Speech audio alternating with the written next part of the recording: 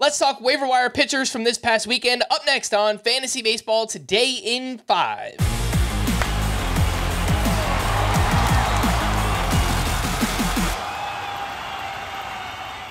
Welcome into FBT in 5 on Monday, May 13th. I am Frank Stampfl, joined by Scott White, and let's talk about waiver wire pitchers. The first group includes Jon Gray, who is on quite the run right now. He was at the Rockies this weekend, where he threw 6 innings of one-run ball with 7 strikeouts and 19 swinging strikes. It was a nice bounce-back start for Mackenzie Gore at the Red Sox. 6 innings, 2 earned runs, 9 strikeouts for him. Christian Scott turned in a quality start against the Braves. 6 innings, 3 runs, 8 strikeouts, 15 swinging strikes. Not sure why Christian Scott is still available in about 30% of CBS leagues. And Taj Bradley, who pitched very well in his season debut against the Yankees. He allowed just 1 run over 6 innings with 7 strikeouts. He is 60% rostered. Scott, how are you ranking that group? In shallower leagues, Taj Bradley, Christian Scott, Mackenzie Gore, and Jon Gray. No, Christian Scott's got to be number 1. I agree with you. I don't know what more he has to do to be universally rostered in fantasy at this point. The whiffs have been there. He did give up a home run against the Braves in his second start. I think that's forgivable given how many home run hitters they have. And it was a quality start. So, he looked great. Second on this list would be Taj Bradley, who coming off the IL also looked great. And the velocity was up on all his pitches, especially the cutter. That was up 2.4 miles per hour from a year ago. And our friend Lance Brozdowski pointed out on Twitter, based on what he was observing, that seems like something that could stick. Like it's intentionally a harder cutter for Taj Bradley. And look, we saw it having an effect on his minor league rehab assignment. He was basically untouchable there. The whiffs were up from when we saw him in the minors previously.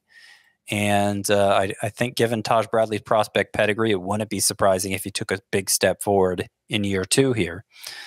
So Christian Scott 1, Taj Bradley 2. Number 3, I'm going to lean Jon Gray slightly over Mackenzie Gore. Mackenzie Gore really hasn't been that productive for fantasy, even though we like what we're seeing with some of the pitches and some of the characteristics there. And also the strikeout rate's been good.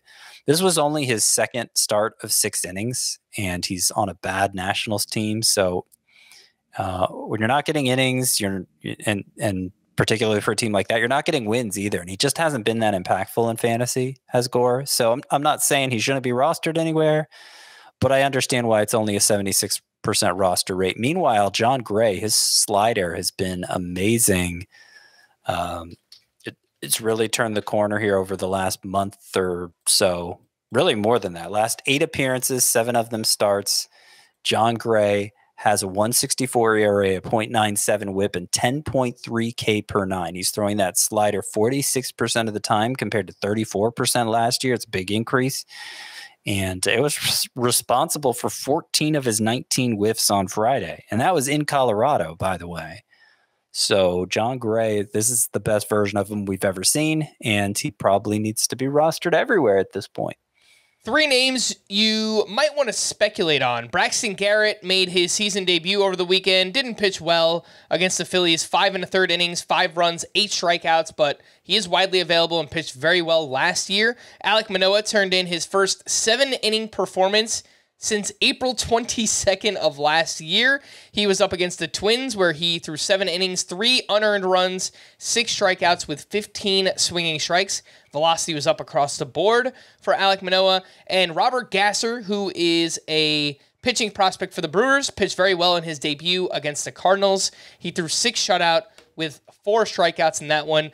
Scott, if you're just looking to speculate on any of these names, how would you rank them? Garrett, Manoah, and Robert Gasser. I would rank them Manoah, Garrett, and Robert Gasser third.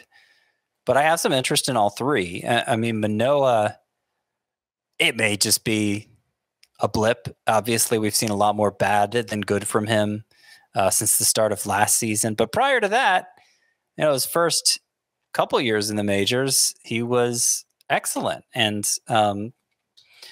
what most encouraged me about the start against the Twins, one, it was against the Twins who've been killing it lately, but 70.5% strikes is what Manoah threw, and he walked just one in his 7 innings of work. That was compared to 4 walks with a 57% strike rate in his first start. He said he focused on attacking hitters, trusting his defense, and that may have been what got him on the wrong path all along, because we first noticed with the struggles last year, what was most obvious right from the start was all the walks Manoah had all of a sudden.